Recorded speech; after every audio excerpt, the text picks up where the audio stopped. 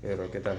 Muchas gracias por ofrecernos un tiempo de ti para poder conversar un poco de tu último libro, que esta vez no es ficción, sino presentas 11 historias de extranjeros, historias reales de extranjeros que de algún modo llegaron aquí al Perú por diversas circunstancias.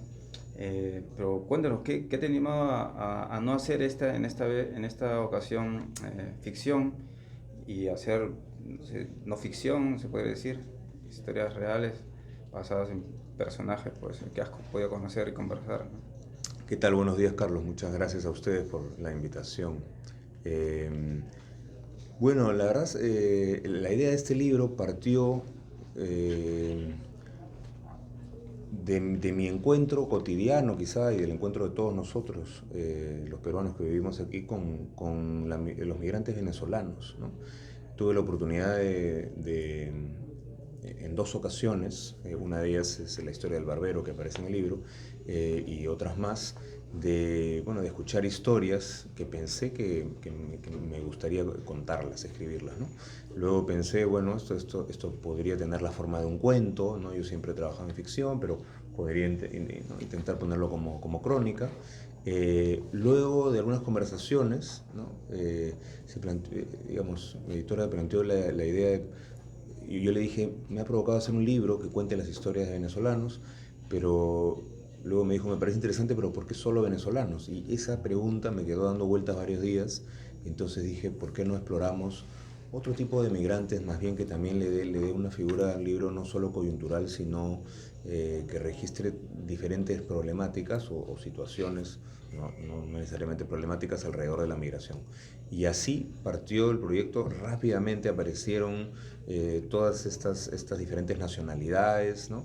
E historias dentro de las nacionalidades. Entonces dije, bueno, vamos a intentar escribir unas crónicas y según el cronista Joseph Zárate, que fue uno de los presentadores del libro, estos más que crónicas son cuentos sin ficción.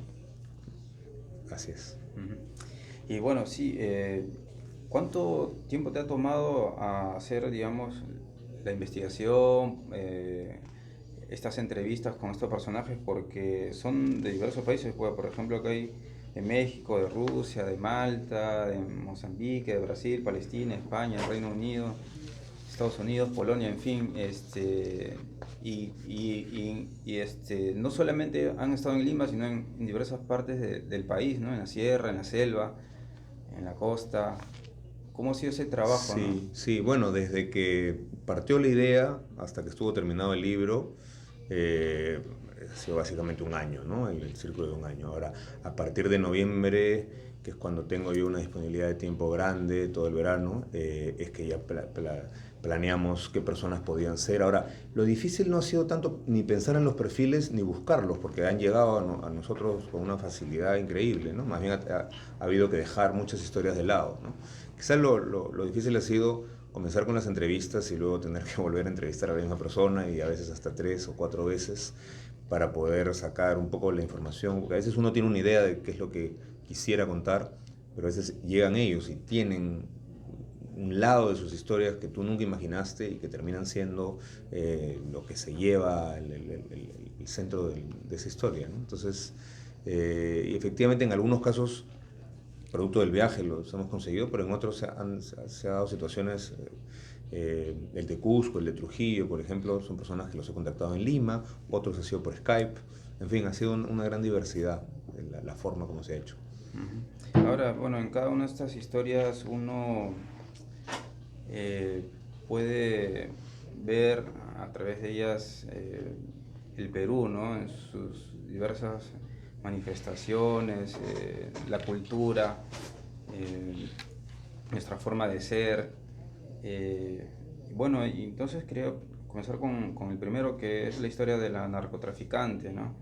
Eh, Me detengo en el tema de las condiciones carcelarias que hay aquí y el abuso de autoridad, ¿no?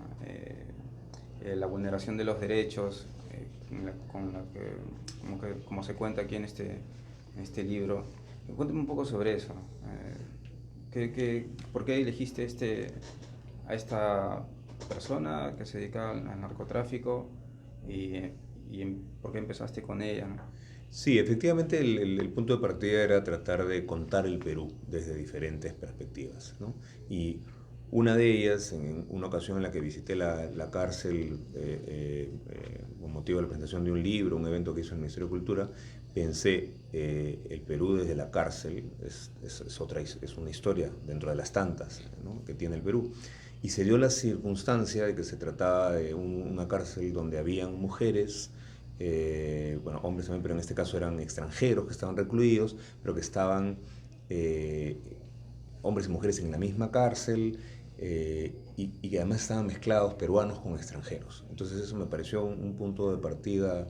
Y había una persona que, bueno, había leído el libro, estaba interesada y que tiempo después me contactó, y entonces al tener ¿no?, este recurso, digamos, en términos de historia, de cercanía, de alguna manera entablé un vínculo muy bonito, creo yo, si vale el término, que me permitió conversar con esta persona y llegar un poco a la profundidad de esa experiencia, que muchas veces uno tiene una imagen determinada y que ella no solo por lo que contaba, hay dos cosas que me impresionaron de su testimonio, ¿no? El primero es que en todo momento donde había un abuso de poder y donde había un abuso por parte de un peruano o un compañero de cárcel, había también un espacio de esperanza, había ¿no?, un carcelero que actuaba con seriedad, con honestidad, ¿no? Ese es un poco ese péndulo marcaba el Perú, ¿no? Y el segundo fue algo que una de las cosas que más me sorprendió, que ella tenía una visión de la vida en donde no, digamos, no negaba los actos delictivos, negativos que puede haber cometido, pero también tenía una visión del mundo hacia adelante, de casi no tener una victimización y de ver con cierta desazón o incomodidad la victimización que ahí abunda, ¿no?, y que lo encontraba en sus compañeras. Entonces, la forma como me describía lo hecho, cómo aceptaba lo que había recibido y cómo miraba hacia adelante, me pareció que digamos, daban una descripción particular del Perú, ¿no? Que por eso, y al ser tan intensa, tenía que abrir el libro con algo así. Ujú. Bueno, ella también se mostraba un poco rebelde, ¿no? Sabiendo sus derechos, ¿no? Eso se cuenta un poco, casi en todo, pero sobre todo al final, cuando logra su cometido también, ¿no? Lo que ella espera eh, que, que se cumpla, ¿no? Así es, efectivamente. Era lo que más me llamaba la atención. Siempre, eh, Su carácter. digamos, tenía esta figura de yo he cometido este delito, merezco esta pena, ¿no? No te estoy pidiendo que me sueltes, pero me tratas con respeto, porque, ¿no?, el abuso, todos los excesos no son parte del derecho del otro, ¿no? Entonces también es un límite en el que a veces, en muchos ámbitos en el Perú se traspasa esa línea, ¿no? Cuando hay una situación en la que algo te da un poder determinado, pensamos que ese poder no tiene límites. Y bueno, un comentario sobre el trabajo de las autoridades, sobre todo en este caso, ¿no? Que elaboran en la cárcel. ¿Qué opinión te merece O sea, yo creo el que desempeño que igual, ellos tienen? igual como ella lo ponía, hubo gente que le dio la mano, que actuó con la mayor seriedad del mundo. O sea, había ¿no?, esta convivencia de los abusadores con las personas correctas, como lo es en la policía, como lo es en todas las entidades, ¿no?, en todas partes, ¿no? Hay gente correcta y otra incorrecta. Eh, También, digamos, te despierta una reflexión. Una de las cosas que a mí me llamó la atención de haber ido a la cárcel fue que eh, cuando yo llegué, llevaba el libro en mi mano, y era un libro que se había comprado para la biblioteca de la cárcel, y el que me recibió en la puerta me dijo, vio el libro, vio mi DNI, me dijo, a nosotros deberían de darnos esto, que estamos toda la tarde sin hacer nada. Sí, Entonces eso claro. me llamó la atención, a que se refería en la tarde o en la noche, algo así me dijo. Y al salir del penal, veo de repente unos pequeños departamentos que, ¿no?, estaban fuera del penal, pero al mismo tiempo eran parte de esta escena, por decir, dentro de este valle, porque era rodeado de cerros. Y me explican que esas eran las viviendas de los carceleros, de las personas, de los guardias de la prisión, que Sí, prácticamente estaban dentro de la prisión, ¿no? Y entonces te pones a pensar que de alguna manera ellos también son un poco parte digamos, indirectamente reclusos dentro de esa situación. Y bueno, la persona que me narra toda esta historia, hay una, digamos, la historia cuenta una parte de todo lo que me comentó, porque fueron varias horas de conversación, y algunas de ellas eran justamente al nivel en el que llegan a establecerse muchas veces amistades y vínculos pues naturales, porque están conviviendo, ¿no?, los presos y quienes los cuidan. bien. Ahora, bueno, en la segunda historia que presenta este libro es de un barbero, un venezolano que llega al Perú con esta coyuntura que sabemos que es lo que pasa, ¿no? Que no se puede vivir como uno quisiera allá, ¿no? En Venezuela, entonces buscan migrar, llegan al Perú, tiene sus dificultades, pero finalmente logra estar aquí, aunque era de paso, terminó por aquí, ¿no? Quedándose, pero la forma en que lo presentas, a diferencia de las otras 10 historias, este, tal vez cala más en el lector, ¿no? Porque es el mismo, es la misma persona quien cuenta su historia. Acá no, tú no decides no interpretar y citar como lo has hecho con las otras historias. ¿Por qué tomaste esa decisión? Bueno, Abraham fue, de alguna manera, era una de las personas que me dio la idea de este libro. Me dio la idea. Un día llegué a la barbería y mientras me cortaba el pelo me contó su historia, y fue tan impresionante que dije, este señor se le transcribe y ya está la historia, ¿no? Porque siempre hay esta idea en la escritura, en la literatura, de que, bueno, no toda historia es una historia, una buena historia una vez que se escribe. Pero esta era la excepción, este era el caso en donde había que simplemente transcribirlo. Ahora, era un poco ingenuo de mi parte pensar que iba a ser transcrito. Una vez Claro. grabado, tuve que, digamos, hacer una labor de edición enorme, y cuando se lo di a la editora le dije, ya, en este no tienes que trabajar, ya está editado. Y por supuesto que ella trabajó el doble, ¿no? Y recién ahí quedó un material pues legible, que pueda fluir, pero sus términos, él mismo tenía esta doble dimensión de contar la historia y luego reflexionar sobre lo que le pasaba y luego volver a la historia. Entonces eso me pareció que había que mantenerlo, y de alguna manera, si ya el libro no tenía más venezolanos, ¿no?, Eh, esa coyuntura que vivimos también debía tener un lugar especial en el libro. Entonces pensé que ponerlo en primera persona le iba a dar una fuerza distinta. ¿Y qué te llamó la atención de su historia? Lo que no puedas contar. Bueno, básicamente el que él veía el mundo con una esperanza, con un entusiasmo, con un querer minimizar las cosas malas que le habían pasado y celebrar lo bueno. Y nuevamente, el que contara que en los buses, ¿no?, porque finalmente él es un barbero, pero se da cuenta que vendiendo chocolates en los buses gana mucho más que siendo barbero. Y entonces, en esas experiencias de entrar a vender a los buses, tenía situaciones duras en donde, ¿no?, le decían cosas desagradables, le pedían que se bajara, y al mismo tiempo gente que lo invitaba a almorzar, ¿no?, que hasta en 3 ocasiones le dijeron, venga usted, no ha almorzado, ¿no? Y peruanos lo bajaban y lo llevaban a almorzar. Pero otra cosa que me acuerdo que me llamaba muchísimo la atención era lo que él sentía luego de haber tenido una vida completamente distinta. Él tenía su barbería, tenía otra empresa de béisbol, porque su hijo juega en ligas profesionales. Y entonces todos los días decía, tengo que subirme a este bus. Le daba ánimo a todos sus compañeros y él se quedaba al último. Y él decía, ¿y a mí quién me da ese ánimo? Y hay una parte que me impresiona mucho, porque dice, puedes hacer esto todos los días y aún así no cambia, no se pierde esa sensación de temor, de incomodidad, un poco de derrota cada mañana cuando vuelves a decidir subir al primer bus. Pero una vez que estás ahí, sientes que has logrado, que has ganado algo frente a ti mismo, ¿no? Le decía, la humildad siempre pensé que era, ¿no?, algo determinado cuando la ves desde fuera, pero acá es donde tú dices, si creo ser una persona humilde, tengo que enfrentarme a esto y llevarlo bien y subirme al siguiente bus cada día, ¿no? Entonces, es un personaje muy, muy valioso, muy interesante, que de alguna manera permite, a través de sus palabras, resumir también un sentimiento de lo que se está viviendo en el Claro, Perú. bueno, el sentimiento que él también alberga por su familia, ¿no? Que no puede ver, ¿no?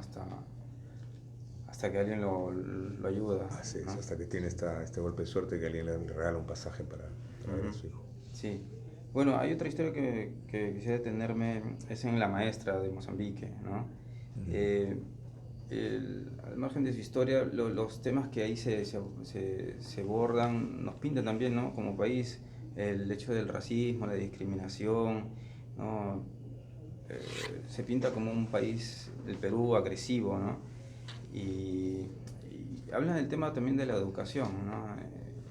Eh, ¿qué reflexión te ha dejado esa historia a ti, de la maestra? Bueno, esa fue una de las más difíciles, quizá por ser la más simple, quizá por ser, alguien me decía hace poco, digamos, luego de 3 historias sumamente intensas que te dejan, ¿no?, exhausto, llega esta, en donde es una maestra que tiene una rutina bastante sencilla y entonces aparentemente no hay estos hechos excepcionales, sino una cotidianidad, pero que la excepcionalidad está en el hecho, pues, de ser una persona, ¿no?, con un color de piel oscuro, pero digamos un negro no peruano, ¿no? Entonces el ser un negro de Mozambique te pone en un lugar de exotismo extraño, en donde permanentemente estás en una especie de vacío, ¿no?, de gruta entre los prejuicios del peruano, ¿no? No saben si tratarte como suelen tratar a los peruanos o como muchas veces tenemos esta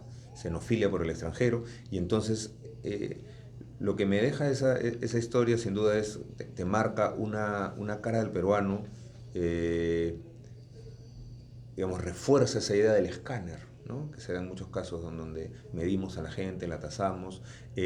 Muestra también otras cosas que a veces se da con mucha ingenuidad, que es el que tú subes un colectivo y el otro te pregunta, oye, ¿de dónde eres? Y comienza como algo, digamos, muy, muy natural, y luego te dicen, ¿y qué comes? ¿No? Y ya comienza un poco la figura, ya llegas a sentir incómodo porque te están viendo casi como un extraterrestre, ¿no? Y la gente muchas veces lo hace de la manera más noble ¿no?, y natural. Y efectivamente un punto que quizás está también en otras historias de la educación es eh, quizá que la importancia de los problemas o el origen de muchos de los problemas que tenemos como sociedad vienen desde la raíz, ¿no? Si los niños interactuaran de una manera distinta, ¿no?, y se juntaran sin esos prejuicios desde chicos, si no hubiera si hubiera más exposición a lo diferente, si hubiera menos impacto de la diversidad cuando eres niño, pues llegarías a ser un adulto con mucho menos prejuicios, ¿no?, que es lo que ella dice. Si pudiera hacer algo, termina la historia diciendo, Ajá. eh, haría que se quieran los niños más. Sí.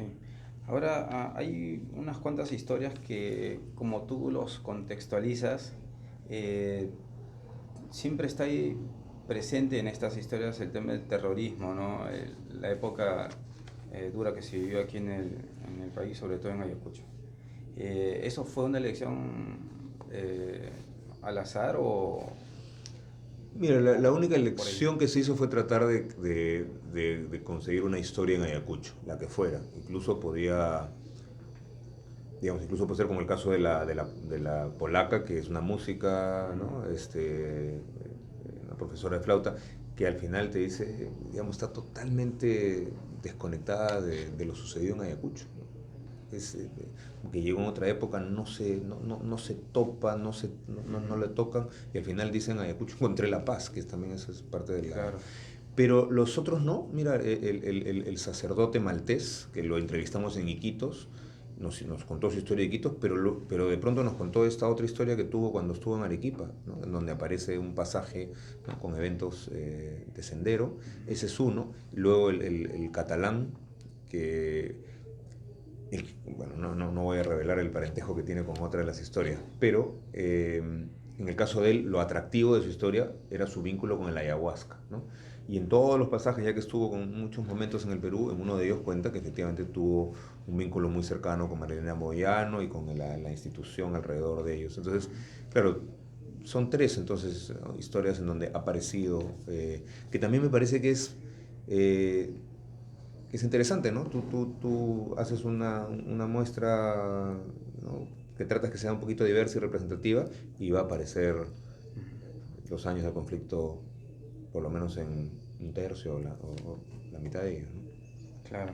Bueno, la historia del cooperante, que es de España, también es otra que nos refleja, ¿no? Esta criollada peruana.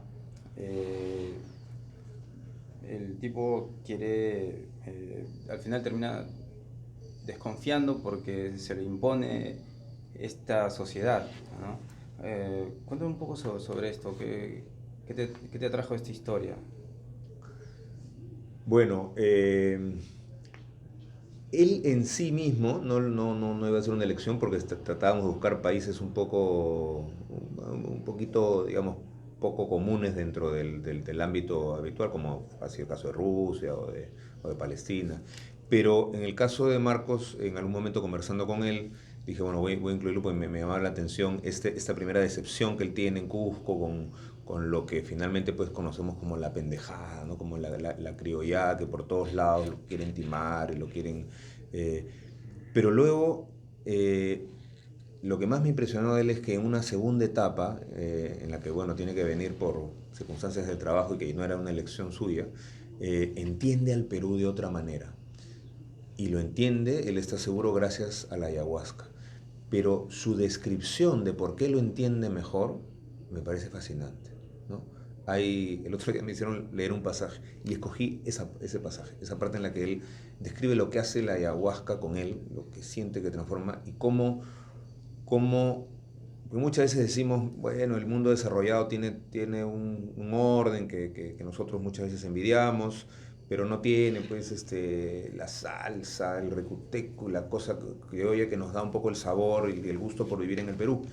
Pero él desde su lado lo describe, habiendo vivido también en Mozambique, en el Asia, ¿no? Lo describe muy bien y dice, es la seguridad jurídica, y va listando todas las cosas que uno envidiaría, están muy bien y son necesarias y debemos buscarlas, pero te restan otra parte, ¿no? Como ser humano te restan otra parte que si uno la entiende y acepta vivir con ella, tratando de no dejar de ser tú, pero que no te duelan, que no te golpeen, pues encuentras una paz, una armonía interna, que creo que es lo que para mí tiene un gran valor en esa historia, ¿no?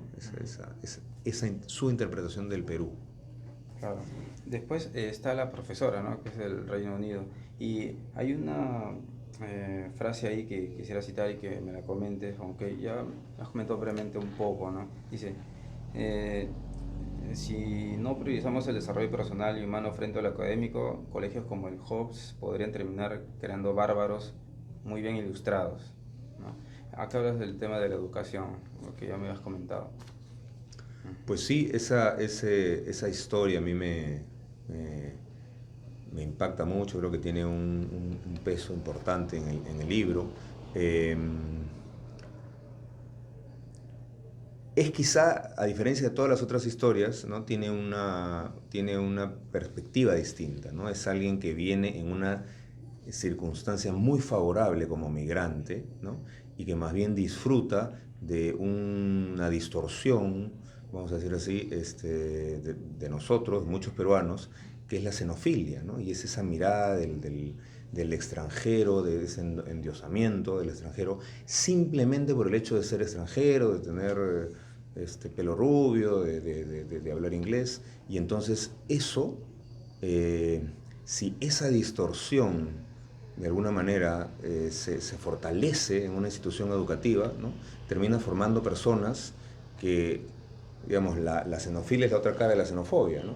Si sienten esta admiración por el pelo rubio y los ojos azules, pues también van a sentir un desprecio por la tez negra y qué sé yo, ¿no? y oscura. Entonces, ahí es donde el hecho de que una persona que venga de fuera, ¿no? te diga, ¿no? Y te haga ver estas diferencias salariales, lo único que hacen es dar un ejemplo negativo, esta distorsión de ser caritativos con los trabajadores de una institución. Es decir, nos estaba mirando desde fuera y estaba cantándome, ¿no? Contándome y cantándome todas estas falencias situadas en la punta de la pirámide socioeconómica del Perú, ¿no? Es de ahí de donde salen todas las, ¿no? O, digamos, todos los que salen de ahí posiblemente tengan, ¿no? Muchos puestos de liderazgo en la sociedad, que tú dices, si así los estás formando, pues no esperes que luego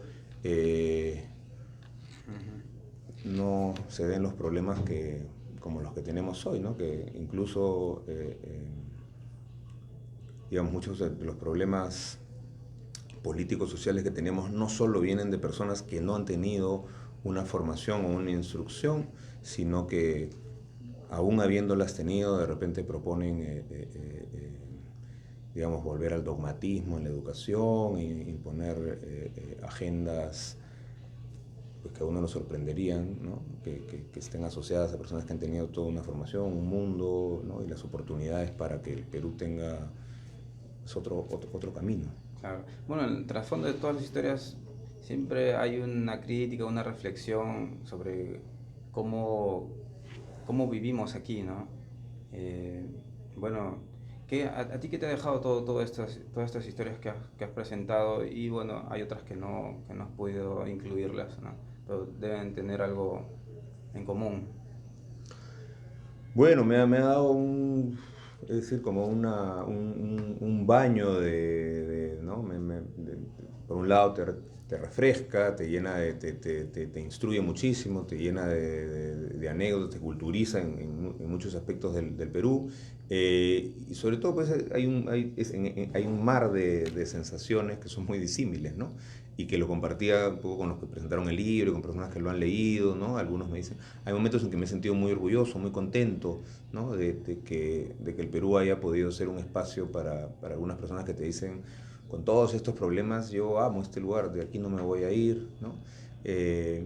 Y a veces también un poco de vergüenza, ¿no? El que te cuenta que lo bolsiquearon 3 veces seguidas, o que tuvo estas situaciones, o que salió de una para caer a otra. La historia de Catalina es una de las que más me gusta, la señora rusa que viene ¿no? Viene de una situación completamente para ella desconocida, ¿no? Conoce a un peruano en Rusia y le dice, tengo que ir al Perú, entonces ya tenía 2 hijos con él, viene y llega a un espacio inhóspito, hostil, ¿no? Y sin embargo, ¿no? Han pasado los años, sus hijos ya no viven acá, ya no está con su esposo, ¿no? Decidió volver a Rusia y al final dice, no, el Perú es mi país, por todas estas otras cosas, a pesar de esas dificultades, ¿no?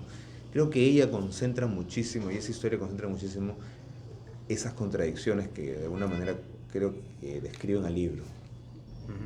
Ah, unos quieren quedarse siendo extranjeros y muchos quieren irse, ¿no? Siendo peruanos. Totalmente, totalmente. Pero bueno,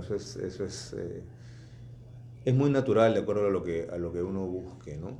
De acuerdo a lo que uno, digamos, ¿no? Qué Claro. cosa es lo que esperas de la vida y qué cosa es lo que al final te llena más, ¿no? ¿Te deprimieron algunas historias? Sí, por supuesto, por supuesto.